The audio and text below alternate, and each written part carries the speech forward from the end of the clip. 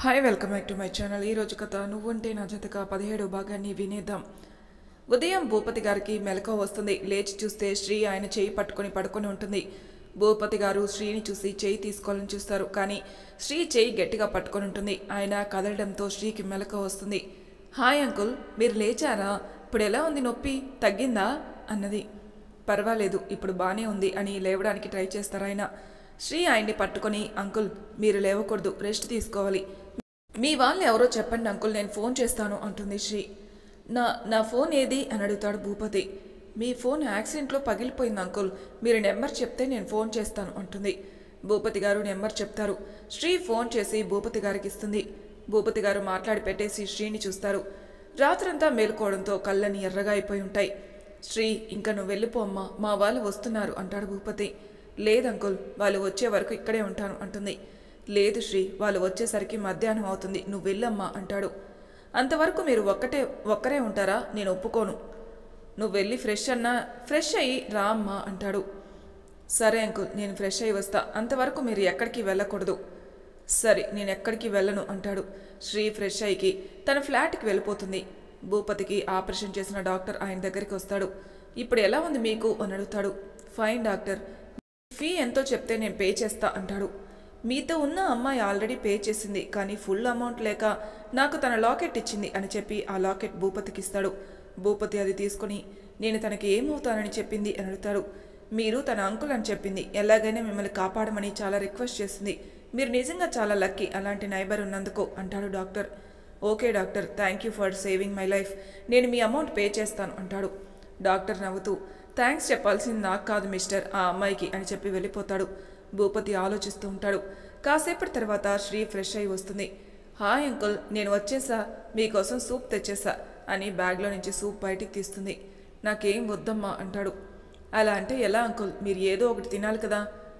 నేను చెప్పాను కదా నాకేమీ వద్దని, నన్ను విసిగించకుండా ఇక్కడి నుంచి వెళ్ళిపో అంటాడు. శ్రీ మనసులో, కాపాడానని తెలిసి కూడా ఒక థ్యాంక్స్ కూడా చెప్పకుండా పైగా నన్ను వెళ్ళిపోమంటున్నాడా?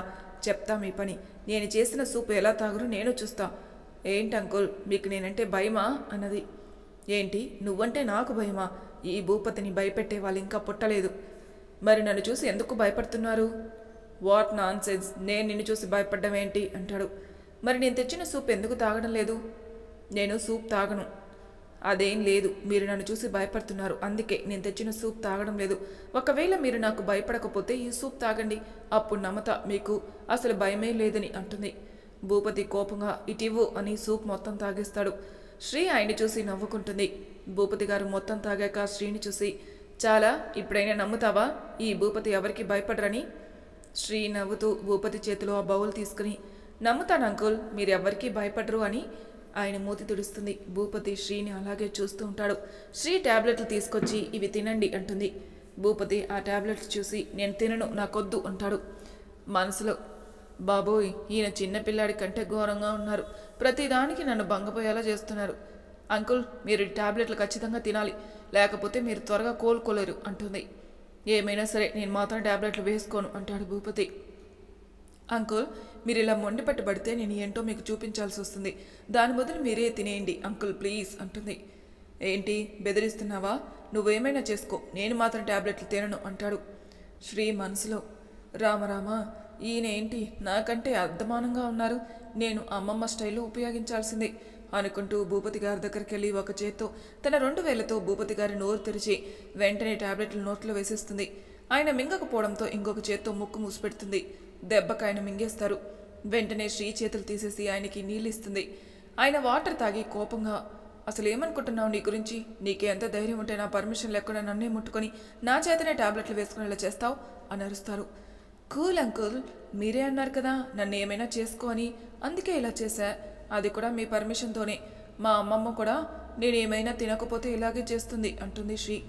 భూపతి లేవడానికి ట్రై చేస్తాడు, కానీ ఆయన వల్ల కాదు. శ్రీకి ఆయన పరిస్థితి అర్థమై వెళ్ళి లేపుతుంది. ఆయన శ్రీని తోసేసి, don't you dare to touch me అని అంటారు. అదేమీ పట్టించుకోకుండా శ్రీ మళ్ళీ వెళ్ళి ఆయన లేపుతుంది. భూపతి ఏదో మాట్లాడలేకపోయి జాగ్రత్తగా వీల్ చైర్లో కూర్చోబెడుతుంది. భూపతి కోపంగా, నేను చెప్పా కదా నాకు దూరంగా ఉండమని, మళ్ళీ ఎందుకు ఇలా చేస్తున్నావు? శ్రీ భూపతి గారిని వదిలేసి ఏం మాట్లాడకుండా వెళ్ళిపోతుంది. భూపతి శ్రీ వెళ్ళిన వైపే చూస్తూ ఉంటాడు. కాసేపటి తర్వాత ఒక బాయ్ వస్తాడు. భూపతి అతన్ని చూస్తాడు. అతను వచ్చి, సార్ మిమ్మల్ని రెడీ చేయడానికి వచ్చాను అని వాష్రూమ్లోకి తీసుకెళ్తాడు. కాసేపటికి బయటికి వస్తారు. శ్రీ కూర్చుని ఉంటుంది. ఆ బాయ్ భూపతిని బెడ్ మీద పడుకోబెట్టి శ్రీ దగ్గరికి వచ్చి, మేడం నా పని అయిపోయింది అంటాడు. శ్రీ అతనికి డబ్బులు ఇచ్చి పంపిస్తుంది. భూపతి శ్రీని అలాగే చూస్తూ ఉంటాడు. శ్రీ ఆయన్ని చూసి, అంకుల్ మీరు మాటి మాటికి నన్ను అలాగే చూడకండి, నాకు దిష్టి తగులుతుంది అంటుంది. ఆ బాయ్ని ఎందుకు పిలిచావు అంటాడు భూపతి. ఏంటి అంకుల్ మీరు మార్నింగ్ నుంచి మీరు ఇలాగే ఉన్నారు, మీరు కూడా ఫ్రెష్ అవ్వాలి కదా, మిమ్మల్ని నేను ఫ్రెష్ చేయలేను కదా, అందుకే అతన్ని పంపించా. ఇంతలో డాక్టర్ వస్తాడు. శ్రీ డాక్టర్ని చూసి లేస్తుంది. అతను వచ్చి భూపతి గారిని చెక్ చేసి, నో ప్రాబ్లం అండి, మీరు బాగున్నారు, టైం టు టైం తిని టాబ్లెట్లు వేసుకుంటే మీకు తొందరగా నయం అవుతుంది అని చెప్పి శ్రీ వైపు చూసి, జాగ్రత్తగా చూసుకోండి, టుమారో డిశ్చార్జ్ చేస్తాం అని చెప్పి వెళ్ళిపోతారు. శ్రీ భూపతి గారిని చూసి కూర్చుంటూ, చూసారా అంకుల్ మీరు టైం టు టైం టాబ్లెట్స్ వేసుకోవాల్సిందే, నేను మీకు వేపిస్తాను అంటుంది. భూపతి ఏం మాట్లాడు. సారీ అంకుల్, మీ వాళ్ళు ఎవరికీ చెప్పకుండా మీ పర్మిషన్ తీసుకోకుండా నేను మీకు ఆపరేషన్ జరిగేలా చూశాను. మీకు నా మీద కోపం వస్తుందని తెలిసి కూడా ఆ పరిస్థితుల్లో నేను చేయాల్సి వచ్చింది, నన్ను క్షమించండి. మీరు నాకు ఏ పనిష్మెంట్ ఇచ్చినా నేను దాన్ని భరిస్తా, కానీ మీరు మాత్రం ఇలా ఉండకండి ప్లీజ్ అంటుంది. నేను ఏ పనిష్మెంట్ ఇచ్చినా ఒప్పుకుంటావా? తప్పకుండా ఒప్పుకుంటా అంకుల్, నేను చేసింది తప్పు, అందుకు నేను అనుభవించాలి కదా. అయితే నేను ఏం చెప్పినా చేస్తావా? ఖచ్చితంగా చేస్తా అంకుల్. సరే అయితే నేను నీకు పనిష్మెంట్ ఇస్తాను. చెప్పండి అంకుల్, ఏం చేయమంటారో అంటుంది. నీకు పనిష్మెంట్ ఏంటంటే నాకు నయం అయ్యే వరకు నువ్వు నా దగ్గరే ఉండాలి. శ్రీ షాక్ అయి ఏంటి అంటుంది.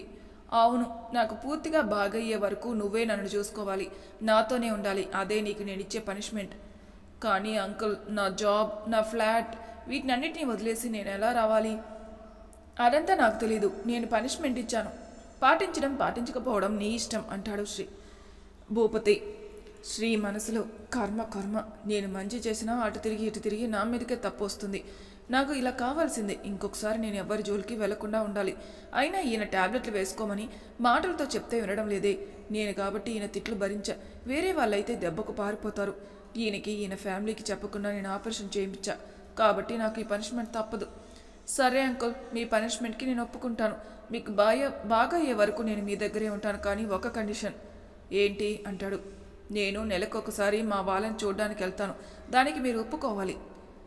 సరే అయితే మా వాళ్ళు వచ్చేలోపు నువ్వు వెళ్ళి నీ లగేజ్ తెచ్చుకో. సరే అంకుల్ అని చెప్పి శ్రీ డాక్టర్ దగ్గరికి వెళ్తుంది.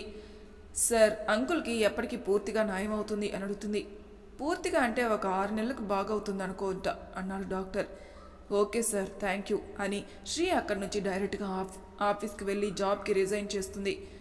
లత శ్రీ కొలికి వచ్చి, ఎందుకే ఇంత సడన్గా జాబ్ రిజైన్ చేస్తున్నావు అని అడుగుతుంది. అది మా అంకుల్కి బాగాలేదు, నేను చూసుకోవాలి, అందుకే. నా దగ్గరే నువ్వు అబద్ధాలు చెప్తావా?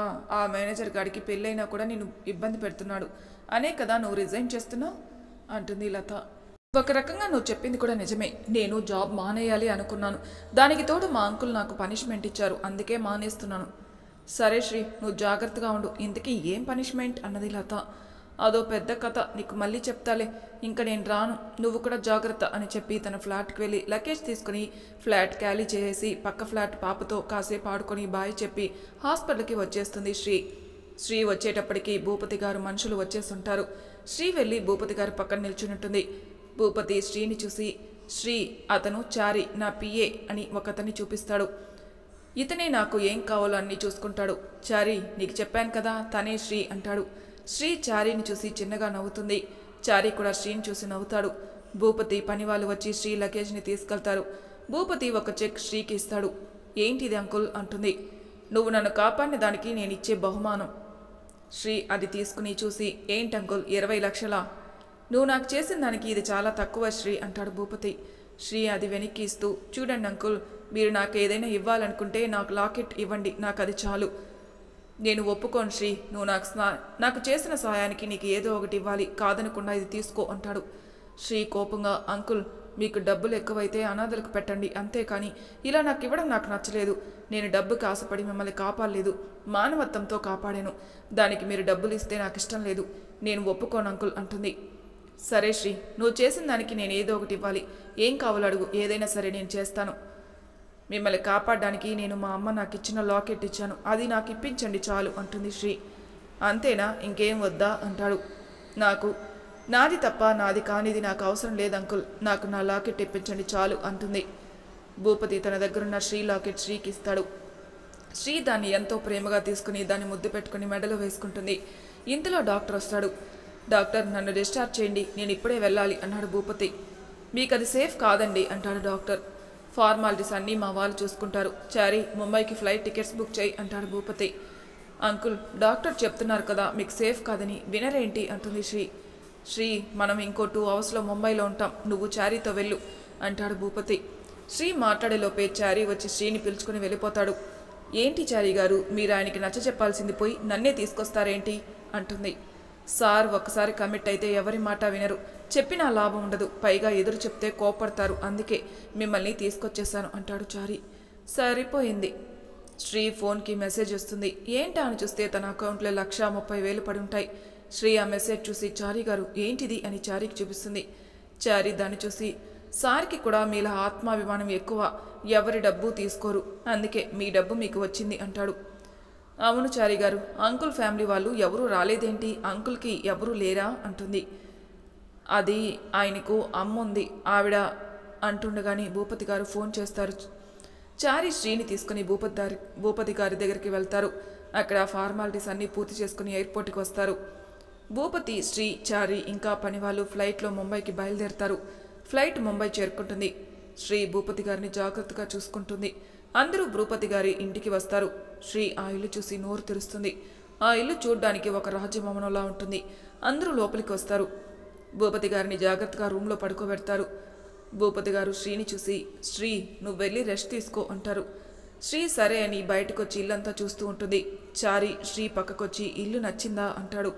శ్రీ ఉలిక్కిపడి చారీని చూసి, చారీ గారు మీరు ఇలా భయపెట్టకండి, నేను సినిమాల్లో తప్ప ఇలాంటి ఇల్లు రియల్ లైఫ్లో చూడనే లేదు, అందుకే చూస్తున్నా, ఇంతకీ ఇంత పెద్ద ఇంట్లో నా రూమ్ ఎక్కడుందో కాస్త చూపిస్తారా అంటుంది. చారీ నవ్వి శ్రీకి రూమ్ చూపించి, నీ లగేజ్ రూమ్లోనే ఉంది, వెళ్ళి ఫ్రెష్ అయ్యరా అని వెళ్ళిపోతాడు. శ్రీ రూమ్లోకి వెళ్ళి, వామ్మో ఇంత పెద్ద ఇల్లా, బాగా బలిసిన పార్టీనే, ఎందుకైనా మంచిది, నేను జాగ్రత్తగా ఉండాలి అనుకుంటూ వెళ్ళి ఫ్రెష్ అయ్యి వస్తుంది. శ్రీ భూపతి గారి గదికి వెళ్తుంది. ఆయన బుక్ చదువుతూ ఉంటాడు. శ్రీ వెళ్ళి ఆయన్ని పలకరిస్తుంది. భూపతి ఏం మాట్లాడకుండా బుక్ చదువుతాడు.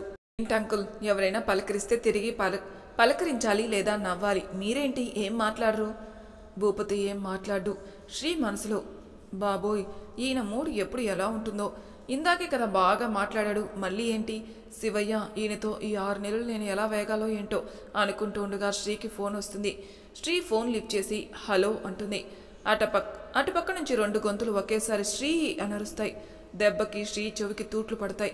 శ్రీ కోపంగా ఫోన్ దూరం పెట్టి తనెక్కడుందో మర్చిపోయి, వస్తే పందులు, కుక్కలు, నక్కలు, గాడిదలు, అడ్డగాడిదలు, ముళ్ళ పందులు, మీకేం పొయ్యే కాలం వచ్చింది, నాకు చెవుడు తెప్పించాలనుకుంటున్నారా, ఏం కొంపలు కాలిపోయాయని అలా అరుస్తున్నారు అని ఆవేశంగా అంటుంది. మను, దీపు ఒకేసారి శ్రీ నీకు ఒక గుడ్ న్యూస్ అంటారు. గుడ్ న్యూస్ అయితే ఏదైనా స్వీట్ పెట్టి చెప్తారు కానీ మీరు నాకు చెవుడు తెప్పించి చెప్తారా, ఇంతకీ ఏంటిది అంటుంది. ఇద్దరు ఒకేసారి నువ్వు పిన్నివి కాబోతున్నావు అంటారు. ఓ అవునా అని మళ్ళీ ఏంటి అని గట్టిగా అరుస్తుంది శ్రీ. అవునే, నువ్వు పిన్నివి కాబోతున్నావు, నాకు ఇప్పుడు 4వ నెల, దీపుకి 2వ నెల అంటుంది మను. శ్రీ ఎగిరి కంతేస్తూ నిజంగానా అని బెడ్ మీదకి వచ్చి ఎగురుతూ ఉంటుంది. నిజమే, అందుకే మేము చెక్ చేయించుకొని ఫస్ట్ నీకే చెప్తున్నాం అంటుంది దీపు. అబ్బా, నేను ఒకేసారి ఇద్దరికి పిన్ని కాబోతున్నానో అని బెడ్ మీద కూలబడుతుంది. శ్రీ నువ్వు అర్జెంటుగా ఇక్కడికి వచ్చేయి, మనం ఈ హ్యాపీ మూమెంట్ని ఎంజాయ్ చేయాలి అంటుంది మను. నేను రాకుండా మీరు ఎలా ఎంజాయ్ చేస్తారు, నేను ఖచ్చితంగా వా అని అంటుండు కానీ ఏదో గుర్తొచ్చిందనలా సైలెంట్ అయిపోతుంది. వసే శ్రీ మాట్లాడే, నీకు టికెట్ బుక్ చేస్తాం, ఈరోజు నైట్కి బయలుదేరు అంటుంది దీపు.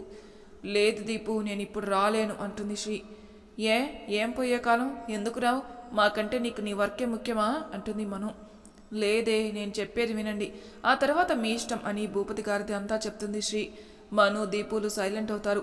ఇప్పుడు చెప్పండి, నేను అంకుల్ని ఇలా వదిలేసి వచ్చేయాలా, నేను వాళ్ళ ఫ్యామిలీకి చెప్పకుండా ఆపరేషన్ చేయించాను, అది నా తప్పు, అందుకే ఆయన్ని నేనే చూసుకోవాలి అనుకుంటున్నాను, ఇప్పుడు మీరు ఏం చెప్తే నేను అదే చేస్తా, చెప్పండి నేనేం చేయాలి అంటుంది శ్రీ.